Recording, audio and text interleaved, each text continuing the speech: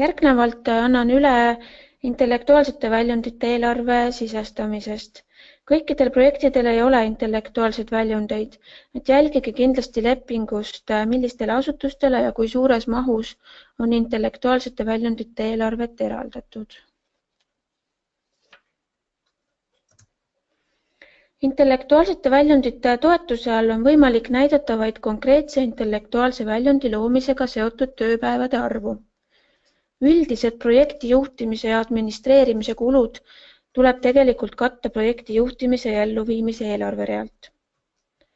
Intellektuaalse väljundi põhiinfo on taotluse põhjal Mobility Toolis eeltäidetud. Tööpäevade arvu ning asutuste panuse osas on võimalik hakata aru andma Edit ikoonile klikkides.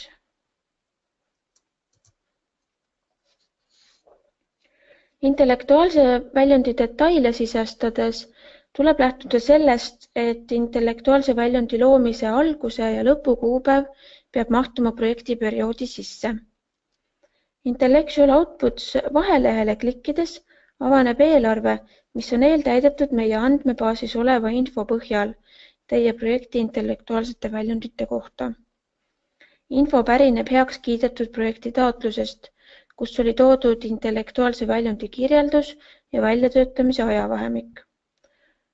Antud info tuleb tegelikult aruandes kaasajastada vastavalt reaalsele olukorrale.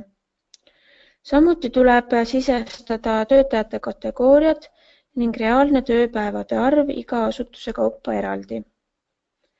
See info peab olema kooskõlas tööaja tabelitega ja üks projekti partneritest peab olema alati märgitud intellektuaalse väljundi juhiks.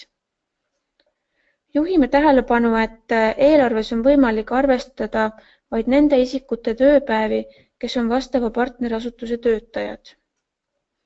Täpsemat infot intellektuaalse väljundi heaks töötava isiku töösuhte olemuse ja nõudmiste kohta leiate toetuse kasutamise lepingu lisast 3 või oma kontaktisikul sihtasutusest Archimedes.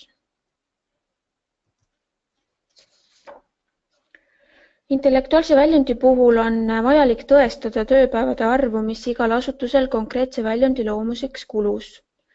Samuti tuleb kõik väljundid laadida Euroopa Komisjoni projektitulemuste andmebaasi. Täpsem info tõendusdokumentidele esitavate nõuete kohta on kättesaadav toetuse kasutamise lepingust ja meie kodulehelt.